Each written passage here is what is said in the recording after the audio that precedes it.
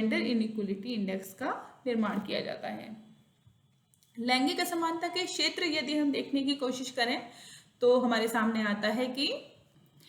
जो सामाजिक क्षेत्र है वहाँ पर हमें लैंगिक असमानता देखने के लिए मिलती है।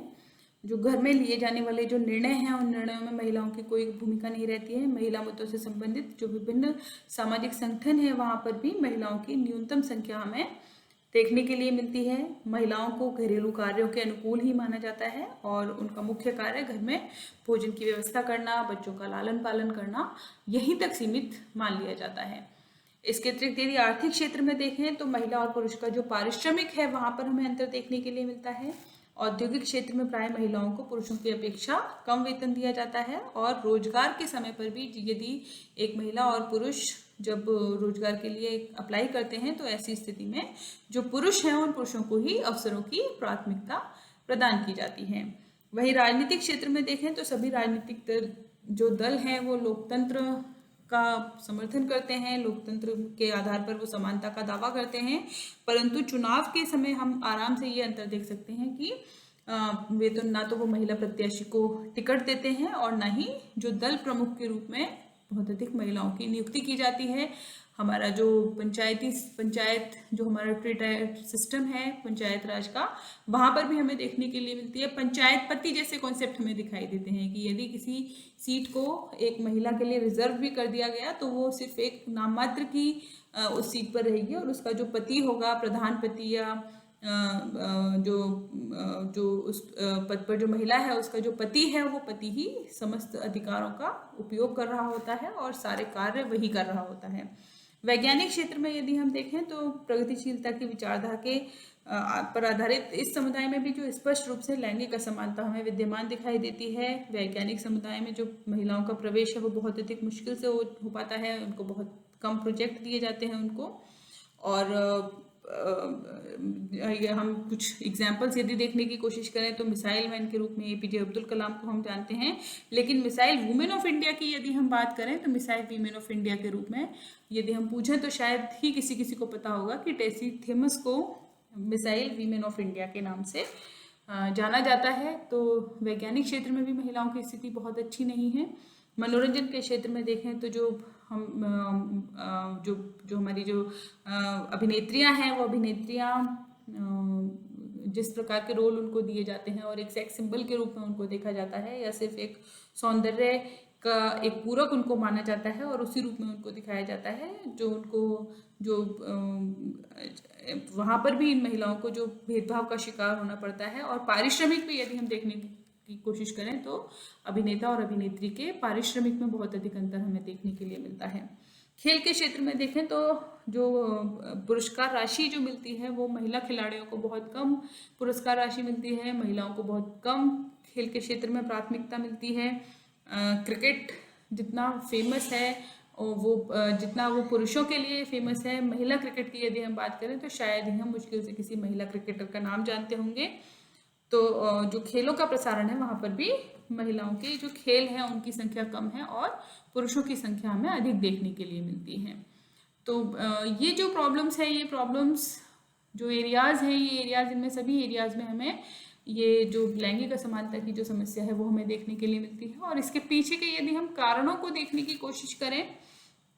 तो उन कारणों के रूप में हम इन कुछ कारणों की बात कर सकते हैं। जो महिलाएं हैं वो महिलाएं लैक ऑफ एजुकेशन की शिकार हैं, शिक्षा में उनको समान स्थान, समान महत्व, समान जो धन है उनके ऊपर नहीं खर्च किया जाता। फिनेंशियल कॉन्स्टेंट्स उनके ऊपर होते हैं, आर्थिक बाधाएं उनके ऊपर लगाई जाती हैं, चाहे वो किसी भी प्रकार की हो। यदि कोई महिला कमाती भी है तो भी अपनी इच्छा से खर्च करना उसके लिए संभव नहीं होता। उन पर भी जो परिवार के जो पुरुष सदस्य होते हैं उनका आधिपत्य देखने के लिए मिलता है। फैमिली रिस्पॉन्सिबिलिटी, यह माना जाता है कि परिवार को संभालने का जो जिम्मा है, जो परिवार को संभालने का दायित्व है वो पूरी तरह से महिलाओं का ही है। और इस रूप में जो महिलाएं हैं उनको परिवार की पूरी जिम्मेदारियां सौंप दी जाती हैं और जो महिलाओं के साथ में जो पुरुषों का सहयोग वहाँ पर होना चाहिए वो पुरुषों का सहयोग हमें ना के बराबर दिखाई देता है। लो मोबिलिटी, तो महिलाओं के जो प्रवसन का जो सबसे बड़ा कारण हमें दिखाई देता है तो हमें जानकर आश्चर्य होगा कि महिलाओं के प्रवसन का सबसे बड़ा जो कारण है वो है उनकी मैरिज होना। एक जो महिला है वो विवाह के पश्चात ही एक जगह से दूसरी जगह को जाती है, अपना स्थान परिवर्तित करती है। यदि वो शिक्षा के लिए, यदि वो नौकरी के लिए प्रवसन करना चाहे तो उसकी अनुमति उसको नहीं मिलती है। लो एबिलिटी टू बेयर रिस्क, ये माना जाता है कि महिलाओं में रिस्क लेने की जो क्षमता है वो क्षमता बहुत कम होती है। और जबकि हमें इस तरह के जो मिथ्स हैं उन मिथ्स से उभरने की ज़रूरत है। हम जानते हैं कि महिलाएं पुरुषों की अपेक्षा कहीं अधिक मानसिक सक्षम होती हैं, मानसिक रूप से सक्षम होती हैं, और जो रिस्क है वो रिस्क भी वो आराम से ले सकती हैं। लो नीड ऑफ अचीवमेंट, महिलाओं के लिए ये माना जाता है कि उनको किसी भी प्रकार के अचीवमेंट की आवश्यकता नहीं है, और अपनी जो स्थिति है उनकी उस स्थिति में ही उनको संतुष्ट रहने की आवश्यकता है। तो ये भी कहीं ना कहीं एक मेन प्रॉब्लम है लैंगिक असमानता की, absence of ambition for the achievement. और महिलाओं के लिए कहा जाता है कि उनको बहुत अधिक एम्बिशियस होने की ज़रूरत नहीं है। यदि उनकी जॉब लग भी गई है तो एक महिला को यदि उसके ट्रांसफर्स हो रहे हैं तो उसको प्रमोशन से रोक दिया जाएगा। यदि उसका ट्रांसफ़र हो रहा है तो उसकी नौकरी छुड़वा दी जाएगी। यदि वो प्रेग्नेंट हो जाती है तो उस प्रेगनेंसी की स्थिति में उसकी नौकरी छुड़वा दी जाती है कि पारिवारिक दायित्वों को पूरा करो, पारिवारिक दायित्वों को संभालो। तो जो इस तरह की जो चीज़ें हैं वो कहीं ना कहीं एक कॉन्स्टेंट के रूप में हमें दिखाई देती हैं। जो सोशल स्टेटस है महिला का, सामाजिक परिस्थिति, वो सामाजिक परिस्थिति हमें देखने के लिए मिलती है कि जो महिलाओं की परिस्थिति है उसको पुरुषों की परिस्थिति से अधिकांशतया जोड़ करके देखा जाता है। और जो महिला की स्वयं की जो पहचान है, स्वयं की जो आत्मनिर्भरता है, वो हमें समाज में बहुत अधिक देखने के लिए नहीं मिलती। घर और समाज दोनों ही जगह पर महिलाओं को शोषण, अपमान और भेदभाव इत्यादि का जो समस्या है उसका सामना करना पड़ता है। और यह स्थिति ऑलमोस्ट दुनिया में हर जगह हमें दिखाई देती है। तो परंपरागत समाज में यदि हम देखें तो महिलाओं को एक कमजोर वर्ग के रूप में देखा जाता रहा, और कहीं ना कहीं आज भी एक बहुत बड़े जो वर्ग है उस वर्ग की मानसिकता हमें इसी रूप में दिखाई देती है। जेंडर इनइक्वलिटी के जो फैक्टर्स इंडिया में यदि हम देखें तो अर्ली मैरिज, जल्दी विवाह किया जाना, और विवाह के माध्यम से अपने दायित्वों को पूरा कर लेना, एकमात्र जो कार्य है वो माता पिता इसको अपना एक बहुत बड़ी जिम्मेदारी समझते हैं विवाह को, और इसके माध्यम से वो एक जो उड़न वाली जो फीलिंग है, जो ये इसके पीछे की जो सांस्कृतिक पक्ष हैं वो भी जुड़े हुए हैं। इसके अतिरिक्त पॉवर्टी यानी निर्धनता के कारण जो महिलाएं हैं उन महिलाओं को न शिक्षा के लिए अधिकार मिल पाता है, और ना ही जो आर्थिक जो उनके ऊपर जिस तरह का उनके ऊपर खर्चा होना चाहिए या जिस तरह से उनकी आवश्यकताओं की पूर्ति होनी चाहिए वो नहीं हो पाती है। इसी प्रकार से लैक ऑफ प्रॉपर एजुकेशन, जो उचित शिक्षा उनको जिस प्रकार से दी जानी चाहिए वो उचित शिक्षा उनको नहीं मिल पाती है। लो लेवल ऑफ इनकम हमें देखने के लिए मिलता है महिलाओं में। आय का जो स्तर है वो आय का स्तर, चूँकि महिला और पुरुष के जो सरकारी क्षेत्र को यदि छोड़ दिया जाए तो प्राइवेट सेक्टर में यदि हम जाते हैं तो वहाँ पे हमें ये अंतर बहुत क्लियर दिखाई देता है। इसी प्रकार से D recognition of work in monetary terms, जो महिलाएं हैं उन महिलाओं की जो कार्य की जो उनकी जो पहचान है उस पहचान को कहीं ना कहीं उनको दोयम दर्जे पर माना जाता है, और उसके लिए उनको जो क्रेडिट मिलना चाहिए वो क्रेडिट भी उनको नहीं दिया जाता है। Lack of awareness regarding constitutional rights, महिलाओं के लिए जो अनेक संवैधानिक अधिकार बनाए गए हैं लेकिन उन अधिकारों की जानकारी महिलाओं तक नहीं है, जिसके कारण भी जो जेंडर इनइक्वलिटी है वो हमें समाज में देखने के लिए मिलती है। Lack of publicity and propaganda regarding the importance and need of education, तो शिक्षा की जो महत्व है और शिक्षा की जो आवश्यकता है उसके संबंध में जिस तरह की लोगों के विचार हैं, जिस तरह का एक महिला को लेकर के कि महिलाओं को शिक्षा की कोई आवश्यकता नहीं है, उनको परिवार संभालना है, और हमने अपने आसपास भी इस तरह के कुछ सुने होंगे कि तुमको कौन सा कलेक्टर बनना है। इस तरह की बातें जब एक महिला से कही जाती हैं तो कहीं ना कहीं वो स्वयं भी अपने आप को मानसिक रूप से उस चीज़ के लिए ही प्रिपेयर, जब हम रोल की बात करते हैं, रोल प्ले की बात करते हैं, तो हमेशा रोल प्ले के टाइम पर एक महिला को और उसको एक जो बालिका है उस बालिका को परिवार में एक महिला के रूप में उसको किस प्रकार की परिवार में भूमिका का निर्वाह करना है, उसको इन सब चीज़ों का तो ज्ञान दिया जाता है। लेकिन समाज में एक शिक्षित और एक कार्यकारी इकाई के रूप में अपनी भूमिका का किस प्रकार से निर्वाह किया जाना है, इन सब चीज़ों के बारे में उसको नहीं बताया जाता है।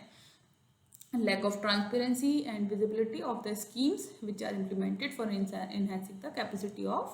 women, महिलाओं की स्थिति को सुधारने के लिए जो स्कीम्स, जो योजनाएं बनाई गई हैं, उनमें हमें पारदर्शिता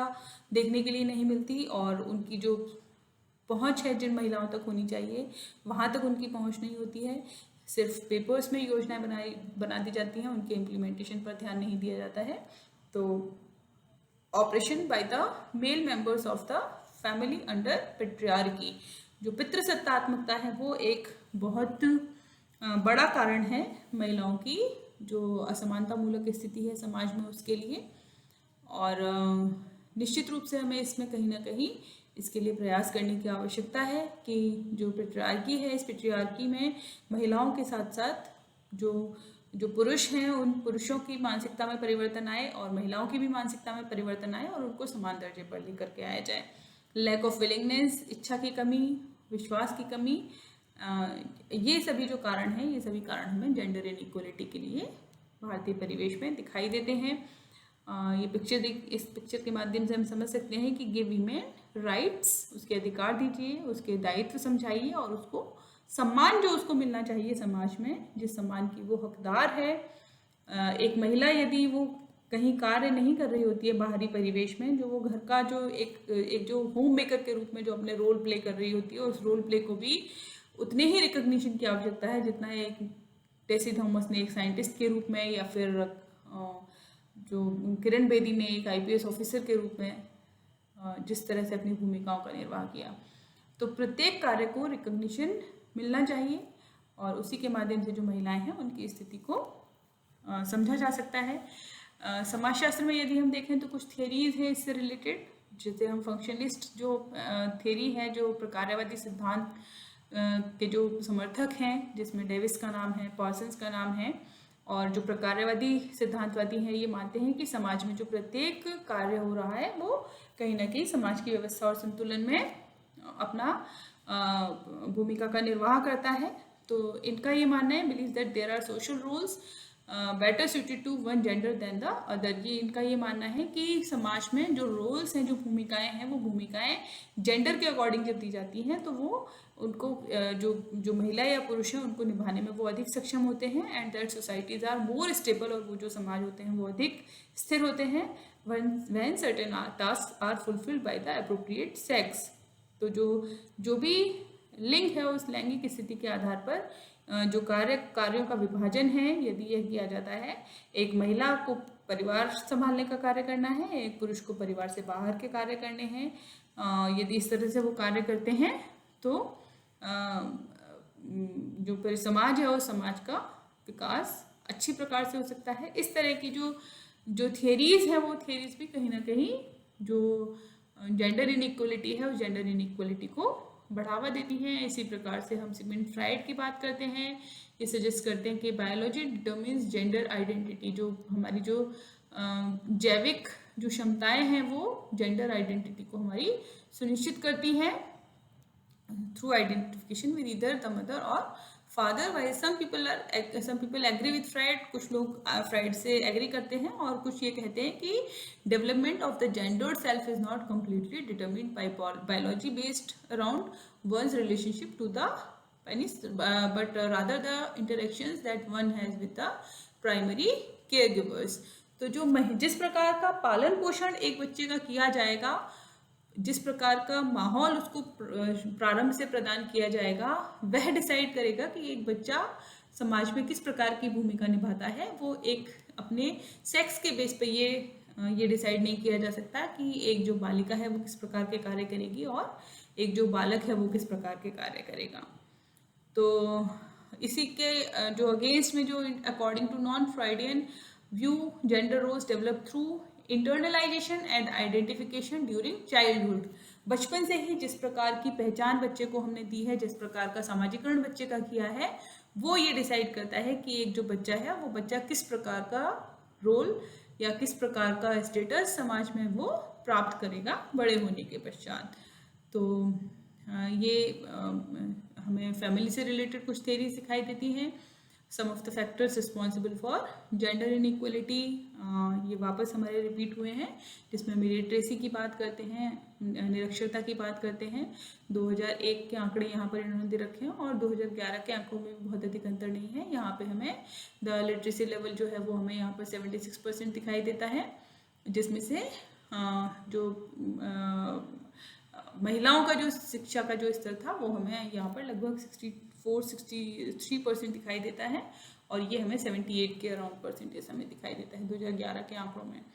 चाइल्ड मैरिज यदि हम देखें तो आज भी आखा तीज के अवसर पर और जब अबूझ सावों का जो अवसर आता है उस समय पर आज भी हमें चाइल्ड मैरिज होती हुई दिखाई देती है, और इसके संबंध में बहुत सारे कानून बनाए गए हैं। कुछ बालिकाएं यदि वे शिक्षा को प्राप्त करती हैं और वे अवेयर हो जाती हैं तो वो इस तरह की जो विवाह जो उनके चाइल्ड मैरिज किए गए होते हैं उनको नल एंड वाइड कराने के लिए वो कानून का सहारा ले सकती हैं, और आगे जो शिक्षा है उस शिक्षा को प्राप्त करके अपने लिए जो भी निर्णय उनको लेने हो उन निर्णयों को लेने में सक्षम हो सकती हैं। इसके अलावा जो सोशल इविल्स हमें देखने के लिए मिलती हैं, चाहे वो डॉरी सिस्टम है, चाहे वो सती सिस्टम है, ये सब भी जो महिलाओं का जो निम्न परिस्थिति है समाज में उसके लिए जिम्मेदार हैं। हालांकि जो सती सिस्टम है अभी इस पर रोक लगाई जा चुकी है पूरी तरह से, और अब इसके एग्जाम्पल्स हमें समाज में देखने के लिए नहीं मिलते हैं, लेकिन बड़ा ही अनफॉर्चुनेट है कि जो डाउरी सिस्टम है वो समाज में दिन प्रतिदिन तीव्र गति से बढ़ता चला जा रहा है। Discrimination against the girl child हम सभी जानते हैं, PNDT एक्ट इसके लिए बनाया गया। जो बाल भ्रूण हत्या उसको एक कानूनी अपराध घोषित किया गया, और उसके बावजूद भी अभी भी हमें कुछ जो घटनाएं हैं इसके संबंध में वो यदा कदा सुनाई देती रहती हैं। इसी तरह से extreme poverty and lack of education, poverty and lack of education drives countless women to work in low paying domestic services. जो महिलाएं हैं उन महिलाओं को हम घरेलू जो डोमेस्टिक सर्वेंट के रूप में एक बहुत ही बहुत ही कम तनख्वाह के आधार पर घरों में कार्य करते हुए हम देख सकते हैं। ऑर्गेनाइज प्रोस्टिट्यूशन में हम महिलाओं को देख सकते हैं, और माइग्रेंट लेबरर्स के रूप में भी हम उनको देख सकते हैं। Women are not only getting unequal pay, और यही कार्य जो माइग्रेंट लेबर के रूप में भी हम देखते हैं, तो समान कार्य के लिए असमान वेतन महिलाओं को दिया जाता है। महिलाओं को कई बार समान काम करना पड़ता है या ज़्यादा उनसे काम लिया जाता है, लेकिन जब उनको पेमेंट की बात आती है तो उस पेमेंट में उनको पुरुषों की अपेक्षा पीछे रखा जाता है। तो this has become a major form of inequality on the basis of gender. इसके अतिरिक्त समाप्त करने के यदि हमें प्रयास करने हैं तो सबसे पहले हमें मानसिकता में परिवर्तन लाने की आवश्यकता है, चाहे वो महिलाओं की मानसिकता है चाहे वो पुरुषों की मानसिकता है। महिलाएं स्वयं महिलाओं का शोषण करती हैं, इस तरह की हमें मानसिकता भी महिलाओं की देखने के लिए मिलती है, जिसमें निश्चित रूप से परिवर्तन लाने की जरूरत है। राजनीतिक सहभागिता में वृद्धि की आवश्यकता है। महिलाओं को जो पॉलिटिकल जो पार्टिसिपेशन है उस पॉलिटिकल पार्टिसिपेशन को करने के लिए भारत इसमें हालांकि काफ़ी बेहतर इसमें प्रयास कर रहा है लगातार, और काफ़ी कोशिश इसमें की जा रही है। और जो वैश्विक लैंगिक अंतराल सूचकांक है 2020 उसमें जो भारत है उसको 18वां स्थान इसमें प्राप्त हुआ है, और मंत्रिमंडल में जो महिलाओं की भागीदारी है वो पहले की अपेक्षा बढ़कर अब 23% हो गई है।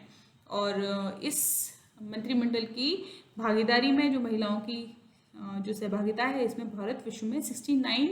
पोजीशन पर है। तो लेकिन अभी भी इसमें बहुत अधिक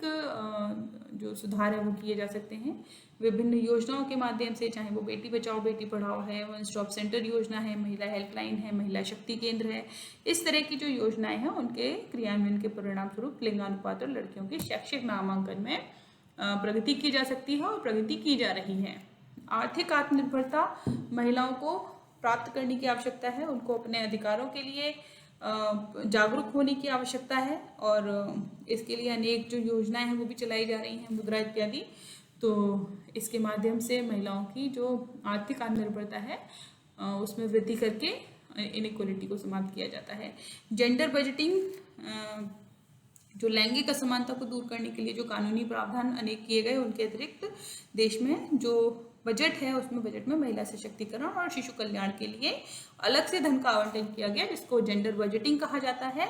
और जेंडर बजटिंग जो शब्द है ये पिछले कुछ ही समय पूर्व ही ये हमें एक जो वर्ल्ड फोरम है वहाँ पर उठता हुआ दिखाई देता है, और इसके माध्यम से जो योजनाएं बनाई जाती हैं महिला स्पेसिफिक योजना, उनके द्वारा महिलाओं की स्थिति को सुधारने का प्रयास किया जाता है। इसके अतिरिक्त जागरूकता कार्यक्रमों का आयोजन, कार्यालयों में पोस्टर चिपकाना, और जो परिवार और धर्म है उनकी जो मान्यताएं हैं उनको बदल करके जो लैंगिक समानता है उस उद्देश्य को हासिल किया जा सकता है। इसी प्रकार से श्रम सुधार एवं सामाजिक सुरक्षा प्रदान करके महिलाओं को, चाहे कामकाजी महिलाओं के लिए समान वेतन सुनिश्चित करना हो या फिर उनकी सुरक्षित नौकरी की सुनिश्चितता करनी हो, उनको मातृत्व अवकाश जो कि कानूनी क्षेत्र में तो लागू हैं अभी, लेकिन निजी क्षेत्र में और असंगठित क्षेत्र में अभी इनको सख्ती से लागू किया जाना आवश्यक है। तो ये जो प्रयास हैं, इन सब प्रयासों के माध्यम से जो महिलाएं हैं उन महिलाओं की स्थिति को सुधारा जा सकता है, और तभी हम घर का मतलब नर्क नहीं, घर का मतलब स्वर्ग है, जैसे जो कॉन्सेप्ट हैं उन कॉन्सेप्ट्स को हम घटित होते हुए देख सकते हैं। समानता एक सुंदर और सुरक्षित समाज की एक नींव है जिस पर विकास रूपी, चाहे वो महिला का विकास हो, चाहे एक परिवार का विकास हो, चाहे वो एक समाज का विकास हो या देश का विकास हो, तो ये जो विकास रूपी इमारत है ये एक सुंदर और जो सुरक्षित समाज है वो प्रदान करके ही हम उसका निर्माण कर सकते हैं।